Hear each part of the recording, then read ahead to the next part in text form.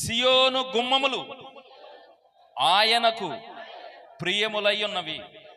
సియోను అనగా యెరూషలేము. యెరూషలేము అంటే దేవుని మందిరము. దేవుని మందిరమునకు ఉన్న గుమ్మములు ఆయనకు ప్రియములై ఉన్నవి. ఆ ఎందుకు గుమ్మాలు ప్రేమిస్తున్నాడంటే ఆ గుమ్మములో నువ్వు అడుగు పెడతామన్నా. నువ్వు అడుగు పెడితే చాలు నీకు దీవెనివ్వాలని. మీకేమై చెప్తానండి, సమస్య ఒకేసారి పోయిద్దని అందరి అభిప్రాయం. పలానా ఆయన దగ్గరికి వెళ్ళండి తగ్గిపోయిద్దంటే ఒకే అభిప్రాయం, రాగానే పోయిద్దని. అలా ఎప్పుడు ఎవ్వరికి చేయడు దేవుడు. నీకు ఎంతవరకు ఈరోజు ఆశీర్వదించాలో అంతవరకే ఇస్తాడు. నన్ను ఎంతవరకు దీవించాలో అంతవరకే దీవిస్తాడు. ఆయనకు కొలత తెలుసు. ఆ కొలత ప్రకారమే దీవిస్తాడు. అంచెలంచెలుగా దీవిస్తూ అంచెలంచెలుగా మనలో నిర్ణయాలు మారుస్తాడు, ఆలోచన పెడతాడు. ఇంకా నాకు అవసరమా సిగరెట్ తాగటం? ఇంకా నాకు అవసరమా ఈ వ్యభిచారం? ఇంకా నాకు అవసరమా ఆ తప్పుడు పనులు చేసి అందరిలో దోషిగా నిలబడటం? వద్దులే అని మనలోనే అనిపిస్తాడు. అది ఒక్కరోజే వచ్చిద్దా? ఎన్నోసార్లు మనకు ఆలోచన వచ్చి వచ్చి వచ్చి నిర్ణయం తీసుకున్నది చూడండి. అట్లా అంచెలంచెలుగా ఒక పక్క నీ మనస్సును మారుస్తాడు, మరొక పక్క నిన్ను దీవిస్తాడు. స్తోత్రం. మరొక పక్క నీ దగ్గర ఉండటానికి ఆయన అంచెలంచెలుగా వస్తాడు. ప్రతి ఆదివారం పిలుస్తాం, ప్రభా మీరు రండి, ప్రభా మీరు వచ్చి ఆశీర్వదించండి ప్రభా అని చప్పలు కొట్టి పిలుస్తాం. అన్ని సమయాల్లో ఆయన ఉండట్టే కదా.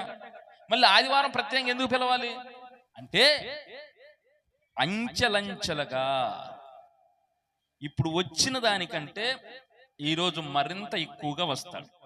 ఈరోజు వచ్చిన దానికంటే రేపు మరింత ఎక్కువగా వస్తాడు. మనము ఉపయోగించుకునే కొలది ఆయన మనలోకి వస్తాడు. స్తోత్రం.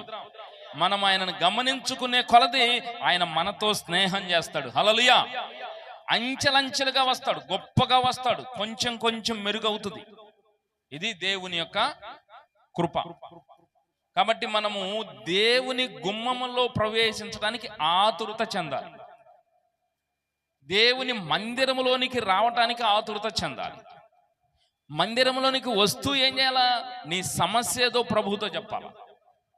భౌతిక సంబంధమైన సమస్య ఉంటుంది, ఆత్మ సంబంధమైన సమస్య ఉంటుంది. ఒక్కోసారి నీకు ప్రార్థన నడిపింపు సరిగా రాకపోవచ్చు ఆ వారం అంతా, లేదా వాక్యం చదవలేకపోవచ్చు. ఇది ఆత్మీయ సమస్య. భౌతిక సంబంధమైన సమస్య నీకు ఎక్కడొక చోట నొప్పులు రావచ్చు, బలహీనతలు రావచ్చు, భయాలు రావచ్చు, ఏమండి, లేదా ఇంకా ఏమైనా రావచ్చు. అంటే దేవుని సన్నిధికి వచ్చేటప్పుడు ఆత్మ సంబంధమైన సమస్య దేవునితో చెప్పాలి, భౌతిక సంబంధమైన సమస్య దేవునితో చెప్పాలి, సహాయం చేయమని అడగాలి. అప్పుడు దేవుడు ఇక్కడ మిమ్మల్ని ఆశీర్వదిస్తాడు. కాబట్టి యెహోవా గుమ్మములు, సియోను గుమ్మములు ఆయనకు ప్రియములై ఉన్నవి. స్తోత్రం. ఇప్పుడు 1 తిమోతిలోకి వెళ్ళండి. 1 తిమోతి పత్రిక 3వ అధ్యాయము 15వ వచనం. జీవము గల దేవుని సంఘములో జనులు ఎలాగూ ప్రవర్తింపవలెనో అది తెలుసుకోవాలి. ఎవరు తెలుసుకోవాలి? ఫస్ట్ కాపరి తెలుసుకోవాలి. కాపరి తెలుసుకుని ఏం చేయాలా? జనాలకు చెప్పాలి, సెట్ రైట్ చేయాలి. అర్థమైందండి? ఇక్కడ ఏముండాలా? ఒక క్రమం ఉండాలి.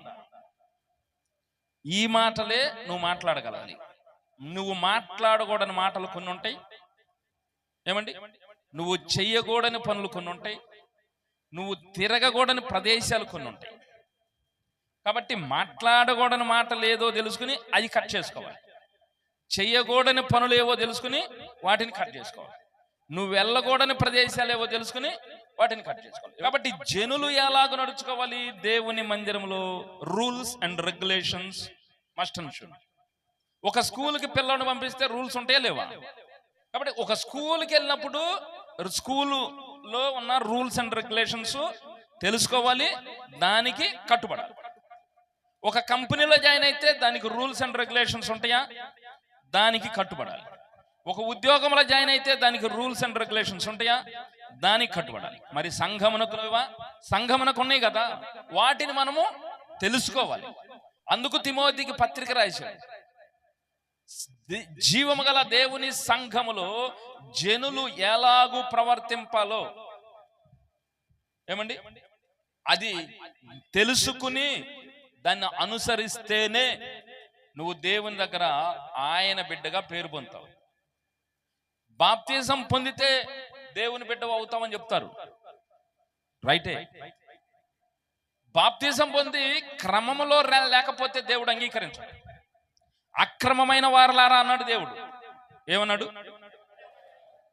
నీ నామమున మేము దెయ్యములను వదలగొట్టలేదా?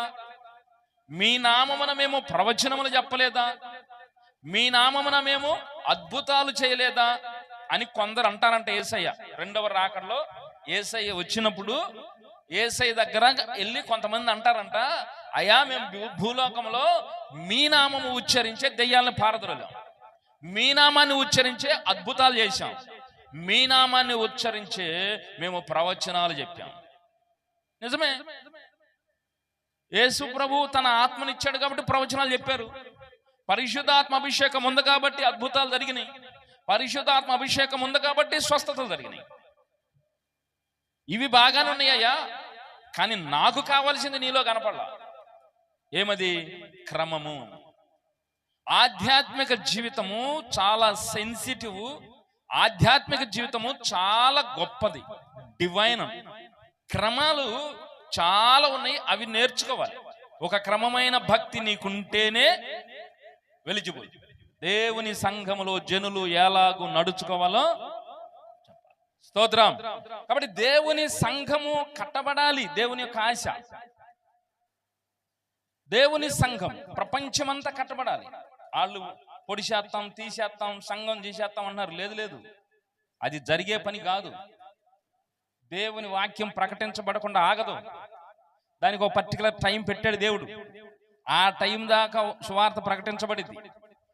చంపితే 10 మందిని, 100 మందిని, 20 మందిని, 1000 మందిని చంపేయచ్చు. సువార్త ప్రకటించే వాళ్ళని, మందిరం నమ్ముకున్న వాళ్ళని చంపేయచ్చు, నో ప్రాబ్లం. ప్రభు నమ్ముకున్నాక చచ్చిపోయామండి ఏంటి లాభం అంటే అప్పుడు దేవుడు అన్నాడు, నాతో పాటు ఉంటారు మీరు. స్తోత్రం. నా కొరకు, నీతి కొరకు నువ్వు చచ్చిపోయావంటే నాతో పాటు నా సింహాసనం మీద ఉంటావు. ఈ భాగ్యం కూడా నీకు ఇస్తా. కాబట్టి దేనికి భయపడద్దాం. కాబట్టి ఎవరైనా ఏదైనా చేసేస్తామంటే అది జరగదని చెప్పాడు దేవుడు. భూదిగంతముల వరకు నాకు సాక్షులై ఉండు. అంతం వరకు ఈ సువార్త ప్రకటించబడి, సువార్త అందరికీ అందాల. ఎట్లా అందాలి? సముద్రము జలముతో నిండి ఉన్నట్లు. యెషయా గ్రంథం 11వ అధ్యాయము 9వ వచనం. నా పరిశుద్ధ పర్వతమందంతటను ఏ మృగమును హాని చెయ్యదు, నాశనం చేయదు. సముద్రము జలముతో నిండి ఉన్నట్టు లోకము యెహోవాను గూర్చిన జ్ఞానంతో నిండి ఉండును. సముద్రము జలముతో నిండి ఉన్నట్టు లోకము యెహోవాను గూర్చిన జ్ఞానముతో నిండి ఉండును. ఇది యెషయా భక్తుడు చెప్పాడు. క్రీస్తు పూర్వము 750 సంవత్సరంలో యెషయా భక్తుడు. ఇప్పుడు 2000 ప్లస్ 700, 2700 సంవత్సరాల క్రితం యెషయా ద్వారా దేవుడు చెప్పాడు. ఏం చెప్పాడు? సముద్రము జలముతో నిండి ఉన్నట్టు లోకము యెహోవాను గూర్చిన జ్ఞానముతో నిండి ఉంది. ఈ రోజున మనం యేసుక్రీస్తుని గురించి అనర్గళంగా మాట్లాడతామా లేదా? యేసుక్రీస్తుని గురించి, దేవుని వాక్యం గురించి అనర్గళంగా చెప్తామా లేదా? మన మైండ్లో ఉందా లేదా? ఇంకా ఫుల్ఫిల్మెంట్ ఇస్తాడు. ఆమేన్. కాబట్టి దీన్ని ఆపాలని 1వ శతాబ్దంలోనే చేశారండి. యేసు ప్రభువారు పునరుద్ధానుడై పరలోకమునకు వెళ్ళిన తర్వాతనే శిష్యుని చంపేస్తే ఈ క్రైస్తవం ఆగిపోద్దని చాలా ప్రయత్నాలు చేశారు. అందులో సౌలు ప్రధానమైన పాత్ర పోషించాడు. ఎన్ని రకాల ప్రయత్నాలు చేసినా సంఘము ఆగిపోయినట్టే కనపడింది, సంఘము అంతరించినట్టే కనపడింది. కానీ సంఘము విస్తరిస్తుంది. స్తోత్రం. చాప కింద నీరులాగా అన్ని దేశాలలో సంఘం విస్తరిస్తుంది. ఆమేన్. ఎందుకు విస్తరిస్తుంది? దేవుని ప్రణాళిక అది. దానియేలు గ్రంథంలో చూడండి ఇంకొక మాట. దానియేలు గ్రంథం 2వ అధ్యాయం 35వ వచనం. ప్రతిమను విరగగొట్టిన ఆ రాయి సర్వభూతలమంత మహాపర్వతమాయను. అక్కడ చూడండి, ప్రతిమను విరగగొట్టిన ఆ రాయి ఏమని చెప్పండి? సర్వభూతలమంతా మహాపర్వతమాయను. ప్రతిమ అంటే బొమ్మను విరగగొట్టింది ఒక రాయి. ఒక చిన్న రాయి బొమ్మను ఎర్రగొట్టింది. ఆ రాయి ఏమైంది చెప్పండి? సర్వభూతలమంతా. స్తోత్రం. ఏమైంది? సర్వభూతలమంతా అంటే భూమి అందంతటా పెద్ద పర్వతమైంది. రాయి పర్వతం అయిద్దా? ఇంత రాయి అండి. ఆ రాయి పెరిగిద్దా చెప్పండి? రాయి పెరిగిద్దా? స్తోత్రం చెప్పండి. రాయి పెరిగిద్దా తరిగిద్దా? తరిగిపోద్ది. కానీ ఇక్కడ ఏమన్నాడంటే రాయి పెరిగిద్దంట. ఉండే కొలత రాయి ఏమై చెప్పండి? పెరిగి పెరిగి ఏమైతే పెద్ద పర్వతం అయింది. ఎంత పెద్ద పర్వతము? భూమి అందంతట అయిందంట. స్తోత్రం. నమ్మదగ్గే మాటలేనండి. అసలు నమ్మటానికి ఏమైనా సోర్స్ ఉందా? అసలు రాయి ఏంది పెద్దది అవటం ఏంటి? పెద్దదైతే పర్వతం అవటం ఏంటి? పర్వతం భూమి అందంతట. అదే దేవుని వాక్యం. ఆ రాయి ఎవరో కాదు, యేసుక్రీస్తు ప్రభుల వారు. ఆమేన్. ఆ రాయి ఎవరో కాదు, యేసు ప్రభు వారు. నిషేధింపబడిన రాయి మూలకి తలరాయి ఆయన. ఆ చిన్న రాయి, చేతి సహాయం లేకుండా తీయబడ్డ చిన్న రాయి పెరిగిద్దన్నాడు. ఎవరు రాశారు? దానియేలు భక్తుడు. దానియేలు ఎప్పుడు? క్రీస్తు పూర్వం 550, 586 నుండి 513, 70 సంవత్సరాలు ఉంటాడు. ఈ మధ్య కాలంలో 700 సంవత్సరాల క్రితం యెషయా భక్తుడు చెప్పాడు, సముద్రము జలముతో నిండి ఉన్నట్టు లోకం యెహోవాను గూర్చిన జ్ఞానముతో నిండి ఉండును. 550లో దానియేలు భక్తుడు చెప్తున్నాడు. దానియేలు భక్తుని ద్వారా చేతి సహాయం లేకుండా తీయబడ్డ రాయి అంటే యేసు క్రీస్తు ప్రభుల వారు. సర్వభూతలమంతా పెద్ద పర్వతం. 11 మంది శిష్యులే. యేసు ప్రభు ఎంపటే లక్షల మంది వచ్చారు. యేసు ప్రభు వారు ఎంపట ఎంతమంది వచ్చారు? లక్షల మంది వచ్చారు. ఏ ఊరెళ్ళినా నీరాజనాలు పెట్టారు. కానీ యేసు ప్రభు సిలువ వేయబడేటప్పుడు ఆయన ఎంపటే ఊరు లేరు. ఒక యోహాను మాత్రమే ఉన్నాడు. వాళ్ళని భోగేసుకునే పనిలో పడ్డాడు 40 రోజులు. అయిపోయిందిరా అనుకున్నారు. అప్పుడు ప్రధాన యాజకులు, సద్దుకయ్యులు, పరిసయ్యులు యేసు ప్రభు అంటే గిట్టుబాటు కాని వాళ్ళందరూ అనుకున్నారు అయిపోయింది రెడ్డి బతుకు అనుకున్నారు. యేసయ్యను నమ్ముకున్నాక మన పరిస్థితి కూడా అట్లాగే ఉంటది. మన కీడు కోరేవాళ్ళు మన పక్కనే ఉంటారు. మన పతనాన్ని కోరుకునే వాళ్ళు మన పక్కనే ఉంటారు. ఎప్పుడు చూసినా నువ్వు నాశనం అయిపోవాలని కోరుకునే వాళ్ళే ఉంటారు. నీకేదైనా ఒక చిన్న దెబ్బ తగిలింది అనుకో, ఊరంతా చెబుతారు అయిపోయిందని. నీ పతనాన్ని కోరుకుంటారు. నువ్వెవరికి ఏం చెయ్యవు. నీ బతికేదో నువ్వు బతుకుతున్నావు. నీ రోగంతో బాధపడుతున్నావు, నువ్వు వ్యాధితో బాధపడుతున్నావు, నీ డబ్బు లేక ఇబ్బంది పడుతున్నావు. ఏమండి, నీ సమస్యలతో, నీ కుటుంబ సభ్యులతో సమస్యలతో నలిగిపోతున్నావు. ఇలా బతుకుతూ నీ బతికేదో నువ్వు బతుకుతుంటే నువ్వు బ్రతకటం ఇష్టం లేనోళ్ళు నీ ఇళ్ళ పక్కనోళ్ళు నానా రకాలుగా నీ గురించి చెడుగా మాట్లాడుకుంటారు. నిన్ను బాగా టార్చర్ చేస్తారు. ఏదన్నా ఒక చిన్న నీకు దెబ్బ తగిలితే అయిపోయింది వీడి పైన ఊరంతా టామ్ చేస్తారు. అదే నువ్వు యేసయ్యను నమ్ముకునుంటే అగాధములో కూరుకుపోతున్నా సరే ఆయన అరచేయి పైకి లేపేసి నీకు తెలియకుండానే పైకి వెళ్ళిపోతావు. నీకు తెలియకుండానే ఉన్నతుడు అయిపోతావు. నీకు తెలియకుండానే గొప్పవాడి అయిపోతావు. నీకు తెలియకుండానే నకముఖాల నీ పేరు మంచి పేరు తీసుకెళ్ళిపోతాడు. డబ్బునిస్తాడు, ఆరోగ్యం ఇస్తాడు, అందం ఇస్తాడు, బలం ఇస్తాడు, చుట్టూ బలగం ఇస్తాడు, పేరిస్తాడు, ప్రతిష్టలు ఇస్తాడు. అన్ని ఒక్కొక్కటి అంచెలంచెలుగా వచ్చేసింది. నాకా ఇంత పేరుంది. నేను ఒక రోజు పొద్దున్నే 6ంటికి లెగిస్తే మా బంధువు ఒక ఆయన అక్కడికి వచ్చి అన్నాడు, రే నీ పేరు కృష్ణా జిల్లాలో విన్నారా, నాగాలంకలు విన్నారా అన్నాడు. నా గురించి ఏం చెప్పుకున్నారు? స్తోత్రం. నీ గురించి బాగా చెప్పుకుంటున్నారు నాగాలంకలు. ఎక్కడి నుండి వచ్చింది? యేసయ్య. సర్వభూతలమంతా పర్వతమైందని దానియేలు భక్తుడు చెప్పాడు. ఆయన రాజ్యం విస్తరించడమే కాదండి, ఆయన పేరు పెట్టుకున్న నిన్ను, ఆయన్ని నమ్ముకున్న నిన్ను, ఆయన గుమ్మములోనికి అడుగు పెడుతున్న నిన్ను అన్ని విధాలా విస్తరింపజేస్తాడు, అన్ని విధాలా గొప్ప చేస్తాడు. ఈ రోజున నీకున్న చిన్న బాధను బట్టి బాధపడమాక, నీకున్న వ్యాధిని బట్టి బాధపడమాక, నిన్ను శోధిస్తున్న దురాత్మను బట్టి బాధపడమాక, దేవుని నమ్మి ఆయన గుమ్మములో ఉండు. ఆయన గుమ్మము దగ్గర కాసుకునుండు. ఇప్పుడు అన్నింట్లో ఓడిపోయిన బిడ్డవే, ఇప్పుడు అన్నింట్లో అవమానపడుతున్న బిడ్డవే, ఇప్పుడు అన్నింట్లో ఎందుకు పనికిరాని తుంచివేయబడుతున్న వాడవే. కానీ నువ్వు నమ్ముకుంది ఆయనను, నువ్వు ఆయన గుమ్మములో ఉంటున్నావు. ఖచ్చితంగా నిన్ను ఎత్తుతాడు పైకి,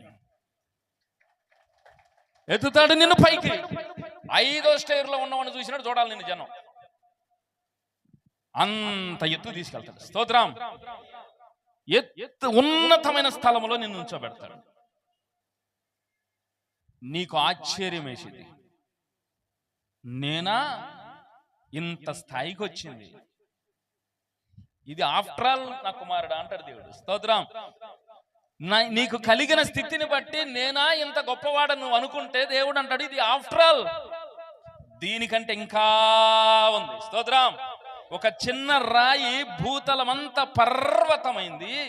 ఒక తిండి కోసం, ఒక్క పూట కూటి కోసం కుళ్ళిపోయిన అట్టి పండు తిని నీళ్లు దాగి ప్లాట్ఫామ్ మీద పండుకున్న ఒక అచేతమైన వ్యక్తిని ఎందుకు పనికిరాని వాడిని తీసుకెళ్ళిపోయి ప్రపంచ దేశాలు తిప్పాడు. తప్పని కూడా మేము ప్రపంచ దేశాలు తిప్పి 90 దేశాల అధిపతులు ఈయన కాల్ షీట్ కోసం ఎదురు చూశారు.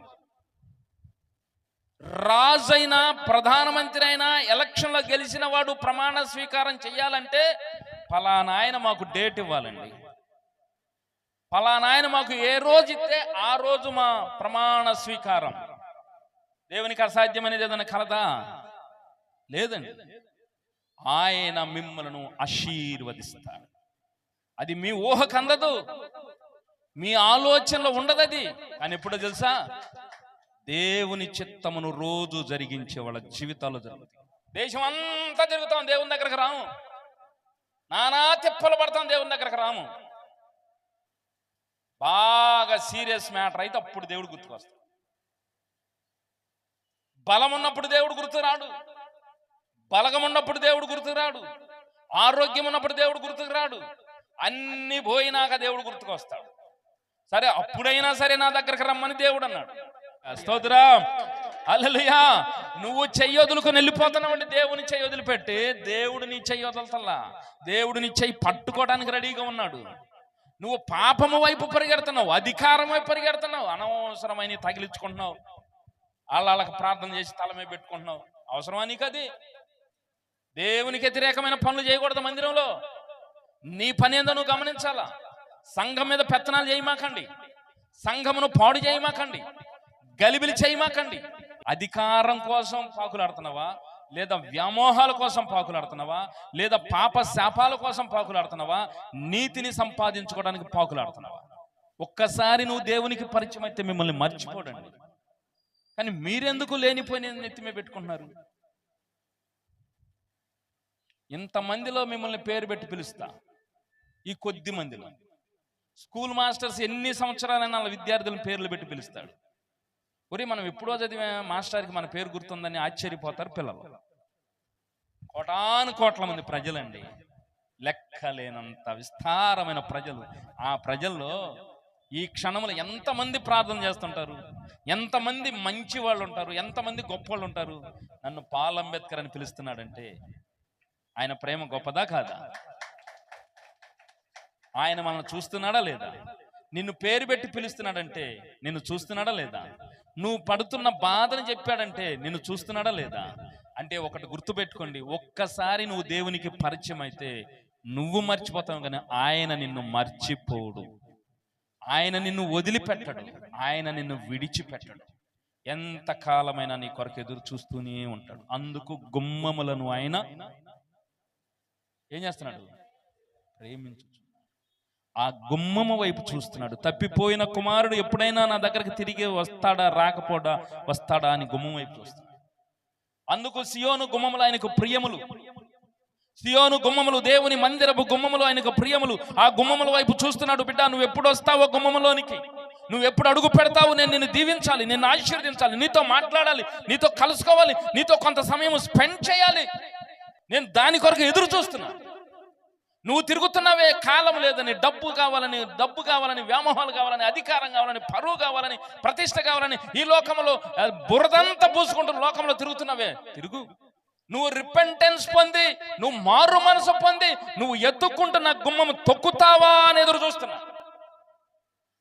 నువ్వు తొక్కినప్పుడు నీ పేరు పిలుస్తా. పాస్టర్ గారు పిలవడు, మందిరంలో కూర్చుంది దేవుడే, నీ ఇంటి కాడ నిన్ను ప్రేరేపిస్తుంది దేవుడే, సమస్తము చేస్తుంది దేవుడే, నీ మార్గాలు సరళం చేసి మందిరంలోనికి తీసుకొస్తుంది దేవుడే. మందిరంలో నువ్వు అడుగు పెట్టంగానే ప్రాణము లేచి వచ్చినంతగా అయ్యి అమాంతంగా వచ్చి వాటేసుకుని, నా కుమారుడా నా దగ్గరకు వచ్చావా, బిడ్డ నా కుమార్తె నా దగ్గరకు వచ్చావా, కొంత సమయం కూర్చోమా మనం మాట్లాడుకుందాం. ఇన్ని మాటలు పాస్టర్ గారు చెప్తున్నారు అనుకున్నా, కాదు కాదు, దేవుడు మాట్లాడుతున్నాడు. నీకు కూర్చోబెట్టి ఇన్ని మాటలు చెప్తున్నాడు. ఇన్ని మాటలు చెప్పి నిన్ను బలపరిచి వారం దాకా సమృద్ధిగా బ్రతుకుమారుడా. నువ్వెన్ని సంవత్సరాలు తప్పులు చేసినా ఏం చేసినా నీ పేరు గుర్తుపెట్టుకున్నాడండి. గుర్తుపెట్టుకోండి, ఎన్ని సంవత్సరాలు ఈ లోకంలో తిరిగామో, ఏదేదో సంపాదించుకోండి, దేనెంపుటో పడి ఏదో సంపాదించుకోండి, తిరిగి తిరిగి అందరి చేత అనిపించుకొని ముఖం మీద ఊహించుకొని ఎందుకు పనికి రాకుండా అయిపోయి జీవితం అంతా నాశనం అయిపోయి, ఇక నాకు ఎటూ సోర్స్ లేక నా తండ్రి ఉన్నాడని ఆయన దగ్గరికి వెళ్ళి ఆయన కాళ్ళ మీద పడదామని పరుగును వస్తే బురద కొట్టి కంపు కొట్టి కొన్ని నెలలయ్యి స్నానం చేసి అసలు మంచి అనేది నాలో లేకపోతే నేను గుమ్మమ దగ్గర రంగాల అమాంతంగా ఎదురొచ్చి వాటేసుకుని ముద్దు పెట్టుకుని స్తోత్రం, ఆమేన్.